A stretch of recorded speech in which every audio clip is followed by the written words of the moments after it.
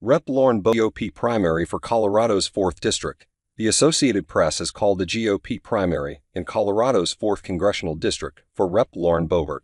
As of 8:45 p.m., she had 43% of the vote, while none of the other 5 candidates had more than 15%. These results mean Boebert will be a Republican candidate for Congress for a 3rd time, this time representing a new part of the state.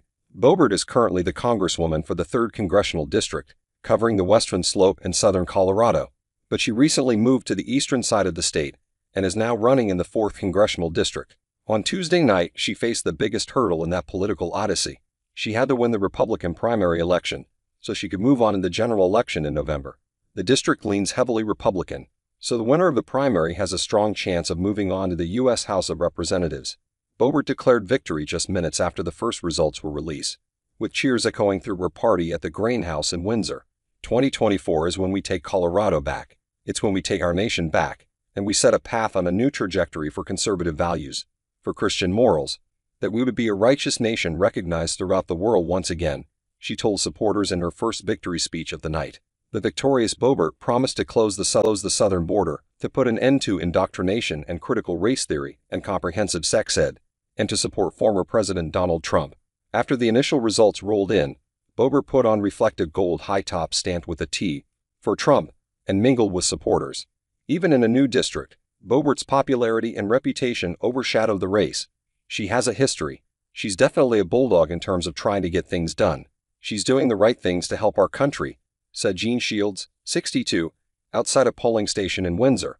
He saw Boebert as the surest bet to counter the intentional downfall of the country.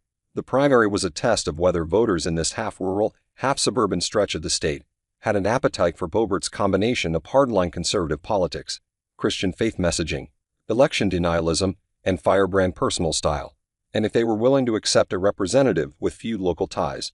For other ambitious Republicans, the open seat in the 4th represented a rare opportunity to move up in Colorado politics. Democrats have come to dominate the state's highest offices over the past decade, but Republican politicians can reign for years or decades in a heavily conservative district like the 4th. Also in the race were conservative radio host Deborah Flora, state reps Richard Holtorf and Mike Lynch, Logan County Commissioner and former state lawmaker Jerry Sonnenberg, and corporate finance executive Peter U. Ralph Sentz, 64, preferred Sonnenberg because of his generational ties to northeastern Colorado.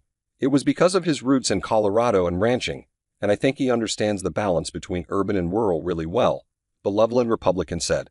An unexpected move pays off. The move between districts was meant to save Boebert's political career. In 2022, she nearly lost her re-election bid in her original district. Democrat Adam Frisch came within 546 votes of unseating Boebert, arguing that voters back in the 3rd District should reject her brand of angertainment. Frisch soon launched another campaign to unseat Boebert, and by fall, he was raising more money than her. Boebert also faced a primary opponent, with many of her former supporters backing the challenger. Facing those challenges, Boebert made a change. In late December 2023, after Rep. Ken Buck revealed he was not running again, Boebert surprised the political world by announcing she would switch to the 4th Congressional District, where Republicans are significantly stronger.